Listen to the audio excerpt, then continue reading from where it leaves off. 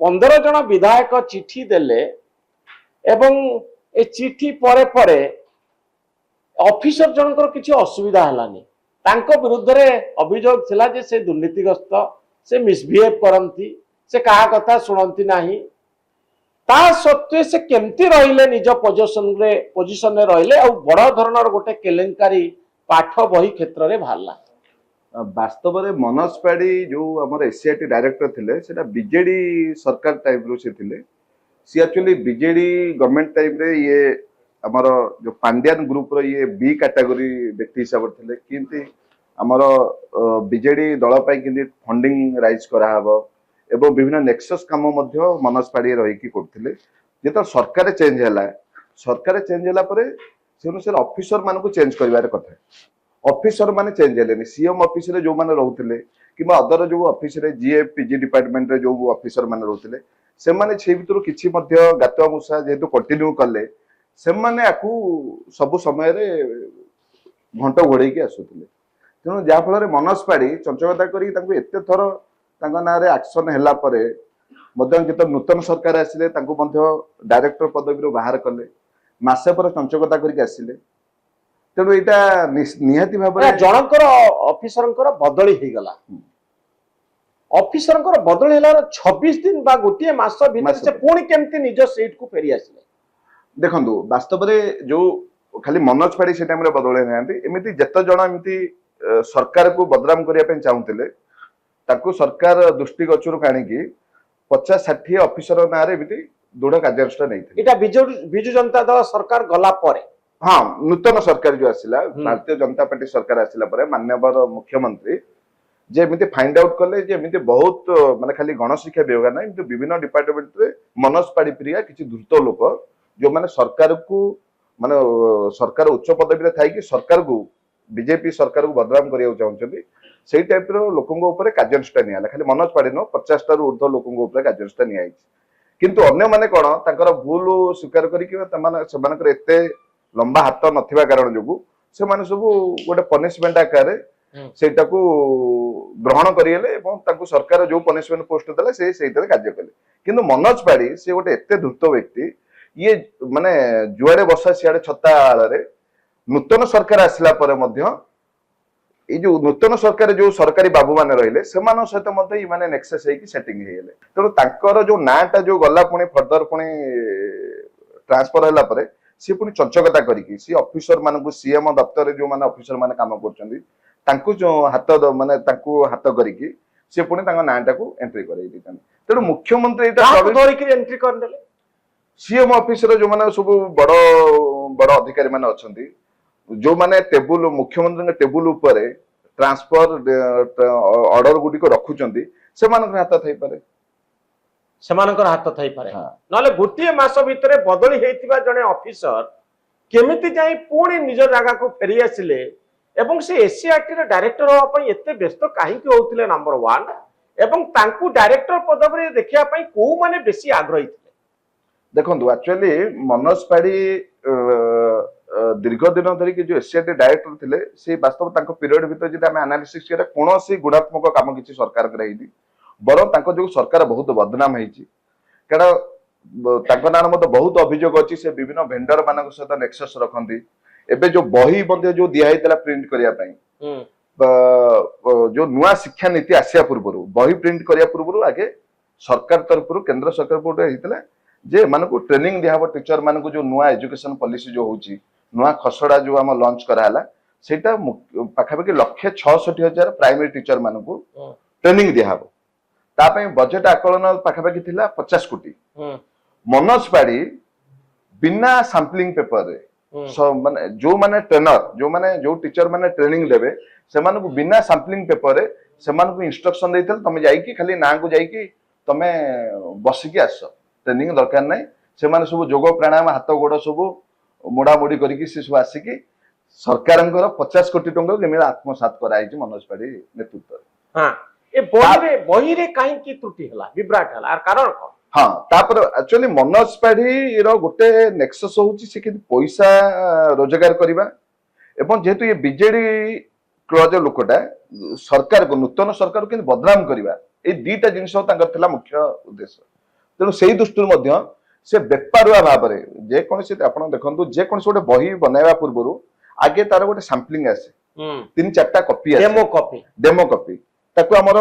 ଚୟନ committee proof reading ହୁଏ ଯୋଉମାନେ ରିଭ୍ୟୁ କରନ୍ତି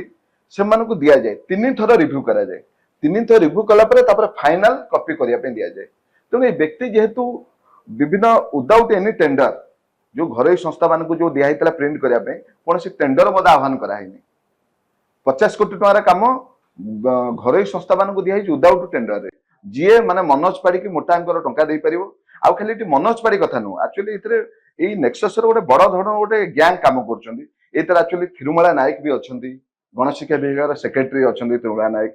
ଏବଂ ଏଥିରେ ମଧ୍ୟ ଆଂଶିକ ଭାବରେ ଆମର ପୂର୍ବତନ ଯିଏ ସେକ୍ରେଟାରୀ ଅଛନ୍ତି ଆମର ଶାଲିନ ପଣ୍ଡିତ ମ୍ୟାଡାମ ତାଙ୍କ ଟାଇମରେ ମଧ୍ୟ ଏଇଟା କିଛି ବାଟ ଅଗ୍ରଗତି ହେଇଥିଲା ତେଣୁ ଏଥିରେ ଆକ୍ଚୁଆଲି ମନୋଜ ପାଢୀ ପୂର୍ବତନ ସଚିବ ଶାଲିନ ପଣ୍ଡିତ ବର୍ତ୍ତମାନ ସଚିବ ଯିଏ ଅଛନ୍ତି ଏନ୍ ଥିରୁମାଳା ନାୟକ ଏମାନେ ସମସ୍ତେ ସମ୍ପୃକ୍ତ ଅଛନ୍ତି ମନୋଜ ପାଢୀ ହଉଛି ତାଙ୍କର ନିଶାନା ମାନେ ମନୋଜ ପାଢୀ ମାଧ୍ୟମରେ ଏମାନେ ସବୁ ଏଇ ଟାଇପର କନସ୍ପିରେସି ଗଭର୍ଣ୍ଣମେଣ୍ଟ ଏଗେନଷ୍ଟ ଯଦି ପାଠ୍ୟ ପୁସ୍ତକ ଭୁଲ ହେଇଯିବ ଏଥିରେ କାହାର ଲାଭ ହବ ନାଇଁ ଏମାନଙ୍କର ଯୋଉ ଏନ୍ ଥିରୁମାଳା ନାୟକ ହଉଛି ନନ୍ ଓଡିଆ ଅଫିସର ସିଏ ମଧ୍ୟ ଯେହେତୁ ବିଜେଡି ଟାଇମରେ ମଧ୍ୟ ଏମାନେ ପାଣ୍ଡିଆନ ସବୁ ଏ ଗ୍ରୁପର ଲୋକ ଏମାନଙ୍କର ଉଦ୍ଦେଶ୍ୟ ହଉଛି ସରକାରକୁ ବଦନାମ କରିବା ଏଇ ସରକାର କିଛି କରେଇଦବାନି ଏବଂ ଆମେ କିଛି ଟଙ୍କା ଅର୍ଥ ହରିଲୁଟ କରିବା ତେଣୁ ବହି ଭୁଲ ହେଲେ ସରକାର ବଦନାମ ହେବେ ପିଲା ଅସୁବିଧାରେ ପଡିଲେ ସେମାନଙ୍କର ଚାକିରି ପ୍ରତି ମଧ୍ୟ ବିପଦ ଆସିବ ଏକଥା କଣ ସେମାନେ ଜାଣିନଥିଲେ ଆଉ ପିଲାଙ୍କ ବହି ଭୁଲ ହେଲେ ଏମାନଙ୍କର ଲାଭ କଣ ହବ ନାଇଁ ବାସ୍ତବରେ ଆକ୍ଚୁଆଲି ଆମର ବିଜେପି ସରକାର ଟିକେ ବର୍ତ୍ତମାନ ଏବେ କଠୋର ଆଭିମୁଖ୍ୟ ନଉନାହାନ୍ତି ଅଫିସରଙ୍କ ବିରୁଦ୍ଧରେ ସେମାନେ ଯେହେତୁ 2 ବର୍ଷ ହେଲା ଆନାଲିସିସ୍ କଲାଣି ଏମିତି ବହୁତ ଘଟଣା ଘଟୁଛି କିନ୍ତୁ ବରିଷ୍ଠ ଅଧିକାରୀ ମାନଙ୍କ ଉପରେ କିଛି ଆକ୍ସନ ନିଆଯାଉନି ତେଣୁ ସେଇ ଆଳରେ ସେମାନେ ଆମର ଅନରେବୁଲ ମୁଖ୍ୟମନ୍ତ୍ରୀଙ୍କର ସରଳତା ନେଇକି ଯେହେତୁ ଏଇ ସରକାର ଏତେ ଷ୍ଟେପ ନଉନାହିଁ ଟିକେ ସରଳତା ମେଣ୍ଟେନ କରୁଛି ସେଇ ଦୃଷ୍ଟିରୁ ସେମାନଙ୍କର ଡର ଭୟ କିଛି ନାହିଁ ତେଣୁ ଆମେ ଯଦି ଧରା ପଡିବୁ ଆମେ କୋଉଠି ପୁଣି ପଇସା ସେଟିଂ କରିକି ପୁଣି ଆମେ କୋଉ ବଡ ବାବୁ ମାନଙ୍କୁ କୋଉ ଅଫିସର ମାନଙ୍କୁ ଧରିକି ପୁଣି ରହିଯିବୁ କାରଣ ମନୋଜ ପାଢୀ ତ ଯେତିକି କ୍ରାଇମ କରିଛନ୍ତି ଏଇ ଘଟଣାରେ ତ ଥିରୁମାଳା ନାୟକ ସସ୍ପେଣ୍ଡ ହେବା କଥା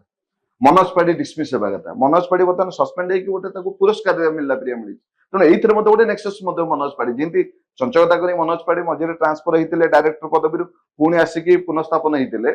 ଏଇଥିରେ ମଧ୍ୟ ଯୋଉ ମନୋଜ ପାଢୀ ଯୋଉ ଡିସମିସ୍ ହେବା ବଦଳରେ ଯୋଉ ସସ୍ପେଣ୍ଡ ହେଇଛି ଏଇଥିରେ ମଧ୍ୟ ଗୋଟେ ଚଞ୍ଚକତା ହେଇଛି ମୋଟାଙ୍କର ମଧ୍ୟ ପଇସା କାରବାର ହେଇଛି ନିହାତି କାରଣ ଗୋଟେ ଲୋକ ଆରାଉଣ୍ଡ 100 କୋଟି ଟଙ୍କାର ଦୁର୍ନୀତିର ସମ୍ପୃକ୍ତ ପୁଣି ସେଥିରେ ବଡ ବଡ ଅଧିକାରୀ ଏନ୍ ଥିରୁମାଳା ନାୟକ ଅଛନ୍ତି ଏବଂ ଏଇଥିରେ ଯେହେତୁ ଶେଷ ମୋମେଣ୍ଟରେ ଆମର ଯୋଉ ମଧୁସ୍ମିତା ସାହୁ ଯୋଉ ଆସିଛନ୍ତି ସିଏ ମଧ୍ୟ ମନୋଜ ପାଢୀ ଏନ୍ ଥିରୁମାଳା ନାୟକ ସହିତ ମଧ୍ୟ ନେକ୍ସସ୍ ଯେହେତୁ ଅଛନ୍ତି ତେଣୁ ଏଇ ସବୁ ଯାକ ଗୋଟେ ଏଇଟା ଗୋଟେ ମାନେ ପ୍ରି ପ୍ଲାନ ସରକାରଙ୍କୁ ଗୋଟେ ବଦନାମ କରିବା ପାଇଁ ଏମାନଙ୍କର ଗୋଟେ ଅଫିସର ମାନଙ୍କ ଗୋଟେ ଷଡଯନ୍ତ୍ର ଆଉ ସ୍ପେଶାଲି ନନ୍ ଓଡିଆ ଅଫିସର ମାନଙ୍କର ଏଇଟା ଗୋଟେ ବଡ ଷଡଯନ୍ତ୍ର ତେଣୁ ଏଇଟାର ଗୋଟେ ସରକାର ଗୋଟେ ଏସ୍ଆଇଟି ଟିମ୍ ଗଠନ କରନ୍ତୁ ସିବିଆଇ ତଦନ୍ତ ହଉ ଉଚ୍ଚସ୍ତରର ତଦନ୍ତ ହଉ ଏବଂ ଏଥିରେ ଯୋଉମାନେ ବି ସମ୍ପୃକ୍ତ ସମସ୍ତଙ୍କୁ ଦଣ୍ଡ ମିଳିବା ଦରକାର କାରଣ ରାଜ୍ୟ ଏବଂ ଦେଶର ସ୍ୱାର୍ଥ ଆଗରେ ଏମାନେ କିଛି ନୁହନ୍ତି ସବୁଠାରୁ ରାଷ୍ଟ୍ର ଦେଶର ସ୍ୱାର୍ଥ ହଉଛି ସିଲାବସ ଯିଏ ପ୍ରିପେୟାର କରୁଛନ୍ତି ଏ ବହି ଯୋଉମାନେ ପ୍ରିପେୟାର କରୁଛନ୍ତି ବହିରେ କେମିତି ପଞ୍ଚମ ଶ୍ରେଣୀ ବହିରେ ଇଂଲିଶ ବହିରେ କେମିତି ଓଡିଆ ଭୁଲ କବିତା ରଜଦୋଳି ଲେଖା ହଉଛି ମୁଁ ଆଜି ଗୋଟେ ଦେଖୁଥିଲି ଏଟା କେମିତି ସମ୍ଭବ ହେଲା ଦେଖନ୍ତୁ ମନୋଜ ପାଢୀ ଯେତେବେଳେ ତାଙ୍କ ନାଁରେ ଗୁଡାଏ ଅଭିଯୋଗ ଆସିଲା ସେ ମିଛରେ ନିଜର ବାହାପ ନେବା ପାଇଁ ସରକାରଙ୍କ ପାଖରେ ଏବଂ ସରକାରଙ୍କଠୁ ବଞ୍ଚିବା ପାଇଁ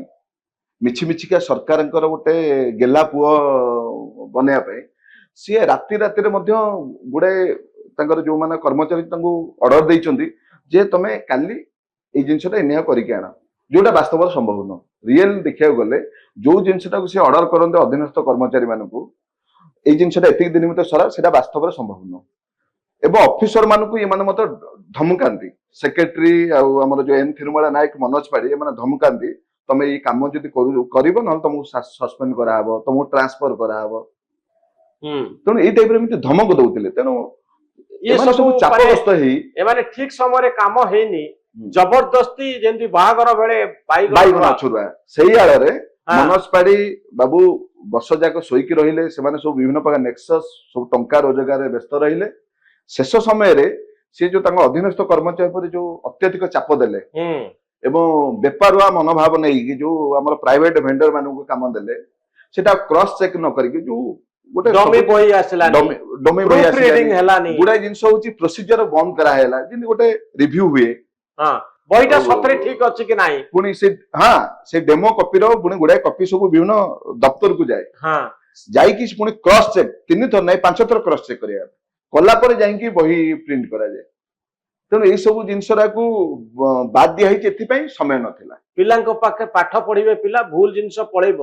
ଏତେ ଅଫିସର ଅଛନ୍ତି ଓଡିଶା ସରକାରରେ, ଲକ୍ଷ ଲକ୍ଷ ଟଙ୍କା ଦରମା ନଉଛନ୍ତି, ସେମାନେ ଖାତିର କଲେନି ଯେ ଓଡିଶାର ସରକାରୀ ସ୍କୁଲରେ ପଢୁଥିବା ଗରିବ ପିଲାମାନେ ଯୋଉମାନେ ଏ ବହି ପଢିବେ ସେମାନଙ୍କର ଗୋଟେ ଭବିଷ୍ୟତ ଅଛି, ଏ କଥାକୁ ସେମାନେ ଭୁଲିଗଲେ। ତା ପଛରେ କିଛି ରାଜନୈତିକ ଷଡଯନ୍ତ୍ର ଥାଇପାରେ ଆପଣ ଭାବୁଛନ୍ତି କି? ନାଇଁ, ରାଜନୈତିକ ଷଡଯନ୍ତ୍ର ତ ନିଶ୍ଚୟ ଅଛି, ଯେହେତୁ ଏମାନେ ସବୁ ପୁରୁଣା ସରକାର ଅଧିକାରୀ ମାନେ ଥିଲେ, ଏମାନେ ମଧ୍ୟ ପୁରୁଣା ସରକାରଙ୍କର ଇଏ ପେଟ୍ ମାନେ ଥିଲେ ପୁରା ଅଧିକାରୀ, ଏମାନେ ମଧ୍ୟ ତାଙ୍କର ସବୁ ରାଜନୈତିକ କଥା ସବୁ କଥା ବୁଝୁଥିଲେ। ସେଇ ଦୃଷ୍ଟିରୁ ଏଇ ବ୍ୟକ୍ତି ମାନେ ଯେହେତୁ ଏଇଥିରେ ଅଛନ୍ତି, ତେଣୁ ତାଙ୍କର ଦିଟା ଉଦ୍ଦେଶ୍ୟ, ସରକାରକୁ ବଦନାମ କରିବା ଏବଂ ମୋଟା ଅଙ୍କର ପଇସା ହଡପ କରିବା। ତେଣୁ ଏଇ ଦିଟା ଥିଲା। ଆହୁରି ଖାଲି ଯୋଉ ଖାଲି ବହି କଥା ନୁହଁ, ଆହୁରି ଗୋଟେ ଗୁରୁତ୍ୱପୂର୍ଣ୍ଣ ପ୍ରସଙ୍ଗ ମଧ୍ୟ ସରକାରଙ୍କର ଏମାନେ ମଧ୍ୟ ଚପେଇକି ରଖିବାର ଦୁଃସାହସ କରିଛନ୍ତି। ସରଳ ମାନେ ସରକାରଙ୍କ ସରଳତା ନେଇ, ମାନ୍ୟବର ମୁଖ୍ୟମନ୍ତ୍ରୀଙ୍କ ସରଳତାର ସୁଯୋଗ ନେଇକି ଏଇ ଏନ୍ ଥିରୁମାଳା ନାୟକ ସରକାର ଆମର କ୍ୟାଡର ରିଷ୍ଟ୍ରକ୍ଚରିଂ OSSCRT କ୍ୟାଡର ରିଷ୍ଟ୍ରକ୍ଚରିଂଟା 2024 ମସିହାରୁ ସରକାର ଆସିବାଠୁ ସେ ଅର୍ଡର ଦେଲେଣି। କାହିଁ ଦେଲେଣି? କାରଣ ତାର ପାର୍ଲାଲ କ୍ୟାଡର ରିଷ୍ଟ୍ରକ୍ଚରିଂ OS ଯୋଉ ସ୍କୁଲ ବ୍ରାଞ୍ଚ ସେମାନେ 2019 ମସିହାରୁ ବିଜେଡି ସରକାର ଟାଇମରେ ସେମାନେ କ୍ୟାଡର ରିଷ୍ଟ୍ରକ୍ଚରିଂ ଦେଲେ। ଯେହେତୁ ଏମାନେ ପାର୍ଲାଲ କ୍ୟାଡର, ଏମାନଙ୍କର କ୍ୟାଡର ରିଷ୍ଟ୍ରକ୍ଚରିଂ ସେବେଠୁ ହବା କଥା। ଯେହେତୁ ତାଙ୍କ ପ୍ରତି ଗୋଟେ 5-6 ବର୍ଷ ଗୋଟେ ଅନ୍ୟାୟ ହେଇଥିଲା, ସରକାର ଏଟାକୁ ହୃଦବୋଧ କରି ମୁଖ୍ୟମନ୍ତ୍ରୀ ତୁରନ୍ତ ଅର୍ଡର ଦେଲେ ଯେଟାକୁ ମାସେ ଭିତରେ ସରାନ୍ତୁ। ଏଟା 2024 ମସିହା ଦେଇଥିଲେ ନଭେମ୍ବର ମାସରେ। ସେ ଟାଇମରେ ଯିଏ ଆମର ସାଲିନ ପଣ୍ଡିତ ସେକ୍ରେଟାରୀ ଥିଲେ, ତତ୍ପରତା ଦେଖି ମାସେ ଭିତରେ ସେ ସେଇ କାମଟାକୁ କିଛି ମାତ୍ରାରେ ଅଗ୍ରଗତି କରାଇଥିଲେ। ତାପରେ ସେ କେନ୍ଦ୍ରକୁ ଡେପୁଟେସନ ପଳେଇଲା ପରେ ଏନ୍ ଥିରୁମାଳା ନାୟକ ଆସିଲେ, ସେଇଟାକୁ ସେ ଜାଣି ଶୁଣି ସେଇ ଫାଇଲଟାକୁ ଚପେଇ ଦେଲେ। କାରଣ ଏଇଥିରେ ହେଲେ